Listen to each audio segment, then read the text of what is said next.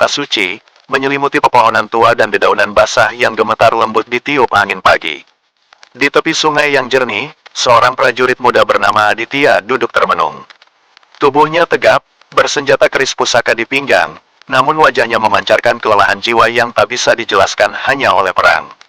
Ia sedang menjalani tugas jaga di perbatasan utara kerajaan Majapahit.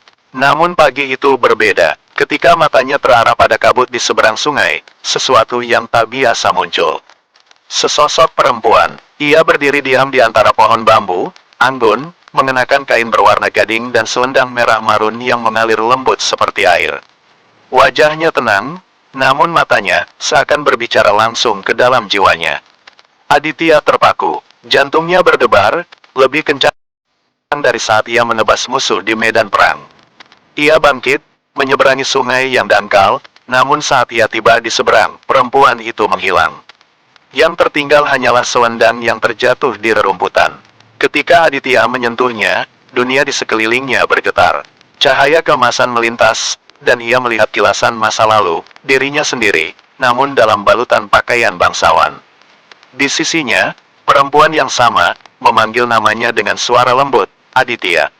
Mereka sedang berjanji di bawah pohon Kamboja, cinta yang dalam, terlarang, dan berakhir dalam perpisahan berdarah karena perang antar keluarga bangsawan. Aditya terhempas kembali ke masa kini. Nafasnya memburu. Ia melihat sekeliling, tapi hutan kembali sunyi. Hanya selendang itu yang nyata di tangannya. Hari-hari berikutnya, Aditya kembali ke tempat yang sama, setiap pagi dan senja.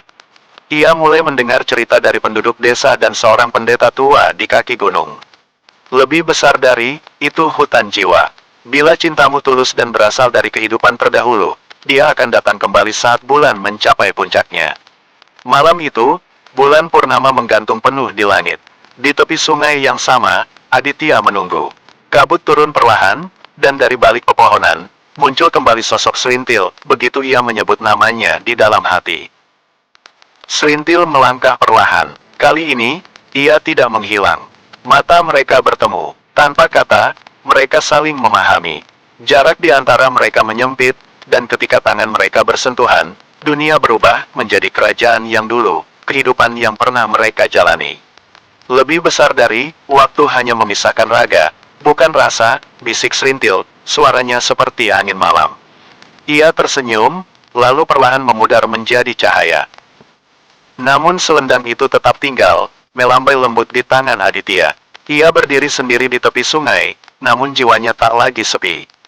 Lebih besar dari, sekalipun hanya sekejap, cinta itu abadi, pikirnya. Dan aku akan menunggunya, di kehidupan berikutnya.